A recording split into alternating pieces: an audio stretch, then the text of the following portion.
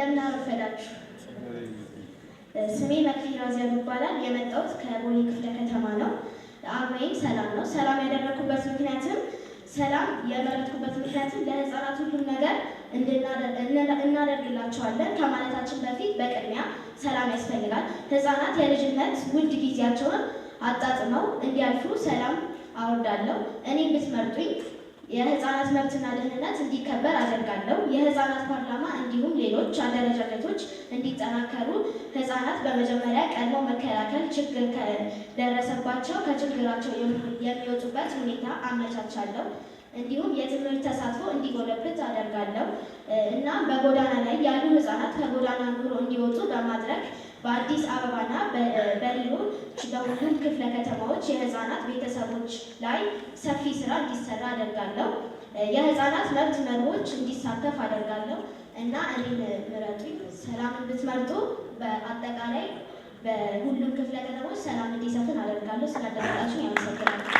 አመሰግናለሁ። ወይዘሮ እመቤት ተስፋዬ እባላለሁ። የአዲስ አበባ ከተማ ሴቶችና ህጻናት ማህበራዊ ጉዳይ ቢሮ ምክትል ቢሮ ኃላፊና የህፃናት ዘርፍ ኃላፊ ነኝ።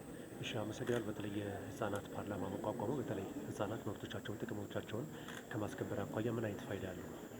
ያው እንደ ከተማ አስተዳደራችን በ11ዱም ክፍለ ከተማ ከትምህርት ቤት ጀምሮ ህፃናት በተለያየ መንገድ ተሳትፎ ያደርጋሉ። መብቶቻቸውን ይጠይቃሉ።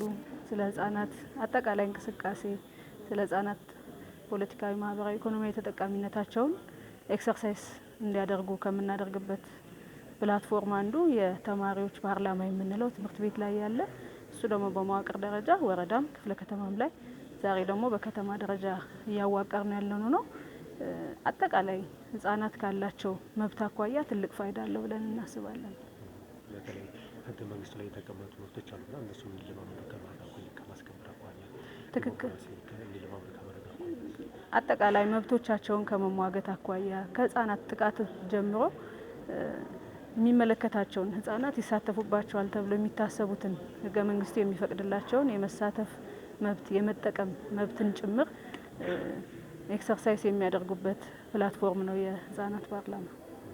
ምን ያህል አባላት አሉ? ከምን ያህል ክፍለ ከተማ ተውጣጡ ናቸው? አጠቃላይ 11ዱም ክፍለ ከተማ ላይ ቅድም መግቢያ ላይ ሳስቀምጥ እንደነበረው አፈ ጉባኤ፣ ምክትል አፈ ጉባኤና ጸሐፊ፣ 6ቱ የቋሚ ኮሚቴ ሰብሳቢዎች። እነዚህ የቋሚ ኮሚቴ ሰብሳቢ የምንላቸው የተለያየ ዘርፍ የሚይዙ ናቸው። የትምህርቱን ዘርፍ፣ የህግ ዘርፍ፣ የፖለቲካ ዘርፍ ተብሎ የተለያዩ ዘርፎች አሉ። 6 ዘርፎች በሰብሳቢነት የሚመሩት አጠቃላይ 99 አባላት ያሉት ነው ምክር ቤቱ የሚሆነው የአዲስ አበባ ከተማ ምክር ቤት። እነዚህ 99ኙ ከየክፍለ ከተማው ከ11ዱም ክፍለ ከተማ ተመርጠው የመጡ ቀጥታ ዛሬ ምርጫው ላይ የሚሳተፉ አባላት ናቸው። እዚህ የምናደርገው ደግሞ 3ቱን የምክር ቤት የሚመሩ አፈጉባኤ፣ ምክትል አፈጉባኤና ጸሐፊን ይመርጣሉ። በተጨማሪም ደግሞ እንደ ከተማ አስተዳደር የሚቋቋመው ፓርላማ ላይ 6ቱ የቋሚ ኮሚቴ ሰብሳቢዎችን ጭምር ይመርጣሉ ማለት ነው። እነዚህ የቋሚ ኮሚቴ ሰብሳቢዎች የየራሳቸው የስራ ድርሻ ይኖራቸዋል።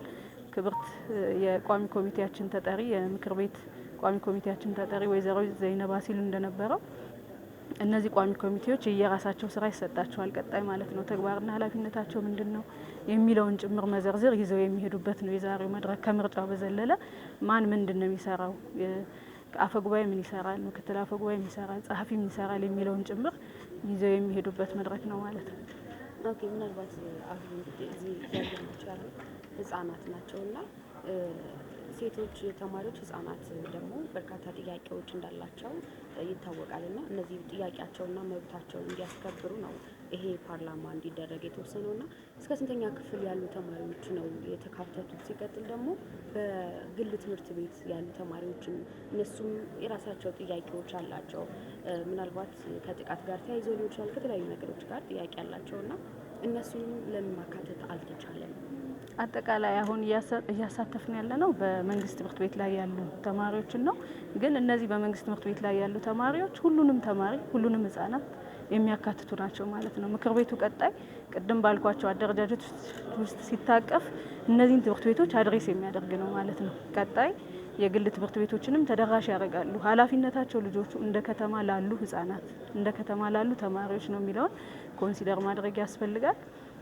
ከዛ ውጪ እድሜያቸው እስከ 18 ዓመት የሆኑ አጠቃላይ ከአንደኛ ክፍል እስከ 12ኛ ክፍል ያሉ ስፔሻሊ ከ6ኛ ክፍል በላይ ያሉ በደንብ አውቀው መሟገት የሚችሉ ማንበብ የሚችሉና በደንብ ልክ እንደ ስልጣን ኤክሰርሳይዝ የሚያደርጉበት ስለሆነ ስራውን ኤክሰርሳይዝ ማድረግ የሚችሉ ልጆች የሚሳተፉበት ነው። ግን እነዚህ 99ኙ የመንግስት ትምህርት ቤት ይሁን እንጂ አድሬስ የሚያደርጉት አጠቃላይ የግል ትምህርት ቤቱን ጨምሮ ነው ማለት ነው። ኢቭን እንደ ሀገርም ጭምር የተለያዩ ከፓርላማ ጀምሮ ከኛ ከአዲስ አበባ ምክር ቤት ጀምሮ ፓርላማንና ሀገር አቀፍና ዓለም አቀፍ የሆኑ ኢቨንቶች ላይ ስልጠናዎች ላይ እንዲሳተፉ እናደርጋለን። ከዚህ ቀደም የነበሩ የምክር ቤት ተመራጭ ልጆቻችን ደቡብ ኮሪያ፣ አውስትራሊያ፣ ሌሎች ሀገራትም ጭምር ከኢትዮጵያ ውጭም ጭምር የተለያዩ ተሞክሮችን ይዘው የሚመጡበት ሀገራቸውን የሚያስተዋውቁበት የሚሞግቱባቸው አይነት መድረኮች የሚፈጥር አይነት ፕላትፎርም ነው ማለት ነውና እንደ ሀገር እንደ መንግስት ትምህርት ቤት ብቻ የምናስበው ሳይሆን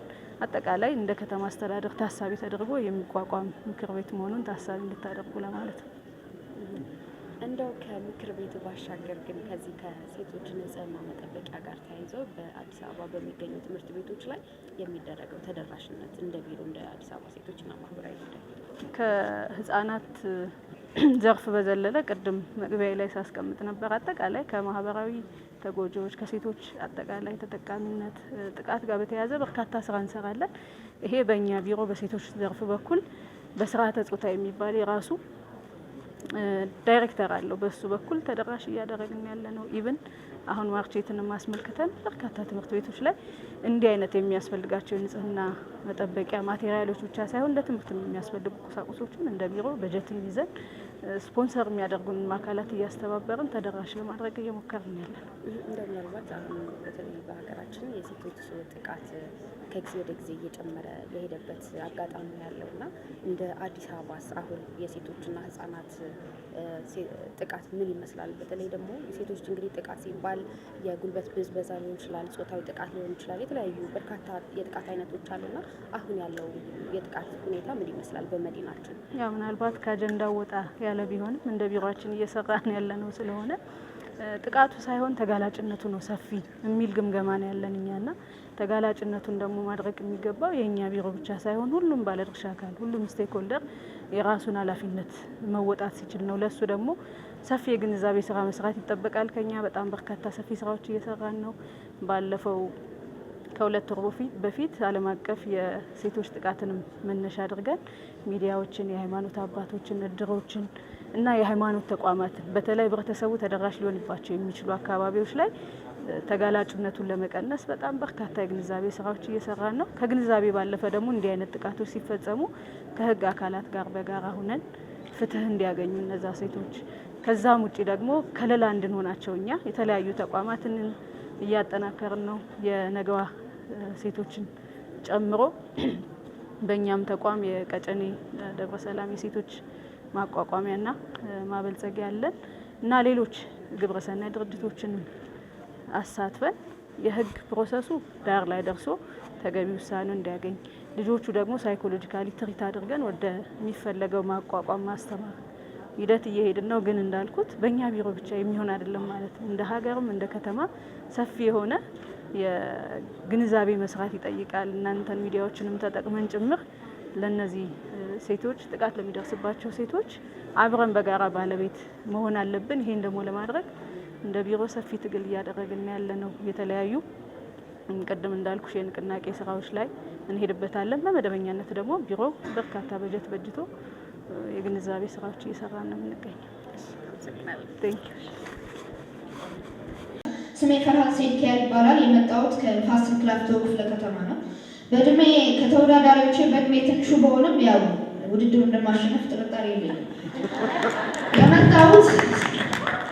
የመጣሁት ስትመርጡኝ የማድረጋቸው ነገሮች ለማሳወቅና የመወዳደሪያ ምልክቴን ለመግለጽ ነው። ዝግጁ ናችሁ? እሺ፣ ቀጥል። ልዩ ምልክቴ መጽሐፍ ነው። ማንበብ የሰው ልጅን ሙሉ ያደርጋል። ልጆች መብታቸው እንዲከበር ስለ መብታቸው ማወቅ አለባቸው። ለማወቅ ደግሞ ማንበብ ወሳኝ ነው። አንባቢ ልጆች የነገን ብሩህ ኢትዮጵያን ይፈጥራሉ። ሁለተኛው እኛ ልጆች ነን። የህይወት መጽሐፋችንን ገና አልገለጥነውም። በንባብ ዳብረን ህይወታችንን የምንኖር ከሆነ ምርጥ ታዳጊዎች፣ ምርጥ ወጣቶች፣ ምርጥ ዜጎች እንሆናለን። ለዛ ነው መጽሐፍን ልዩ ምልክት ያድርጌ የመረጥኩት። ስትመርጡኝ የማደርጋቸው ነገር ልንገራችሁ። የመጀመሪያው የልጆች መብት ምን እንደሆነ ማሳወቅ፣ ልጆች ለመብታቸው እንዲሰሩ ማድረግ። ሁለተኛ የከተማችን የአዲስ አበባ ልጆች የንባብ ባህላቸው እንዲዳብር ከክፍለ ከተሞች ጋር እሰራለሁ። ሶስተኛ አዲስ አበባ የኢትዮጵያ ዋና ከተማ እንደመሆኗ ከሌሎች ክልል የልጆች ፓርላማ ጋር በጋራ ለልጆች እድገት እሰራለሁ።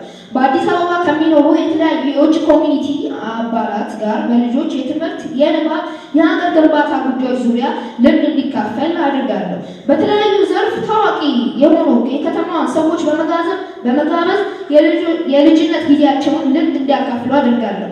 አሳሳቢ የሆነውን የልጆች ኢንተርኔት አጠቃቀምን በተመለከተ ልዩ ግንዛቤ እንዲሰጥ እሰራለሁ። ልጆች ሀገር ተረካቢዎች ነን። የነገዋን የዋናው ፓርላማ አባላትም እንሆናለን። ስለ ኢትዮጵያ ሙሉ ግንዛቤ እንዲኖረን አድርጋለሁ። 8ኛ የጾታ እኩልነት እንዲሰፍን እሰራለሁ። 9ኛ የልጆች ፓርላማ አደረጃጀቱን በማስፋፋት ወደ ሁሉም ልጆች እንዲዳረስ አድርጋለሁ።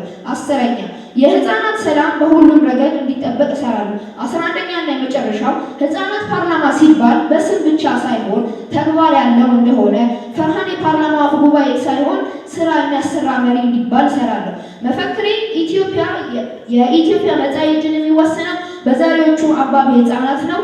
እንደምትመርጡኝ እርግጠኛ ነኝ። ምልክት መጽሐፍ ነው። አመሰግናለሁ።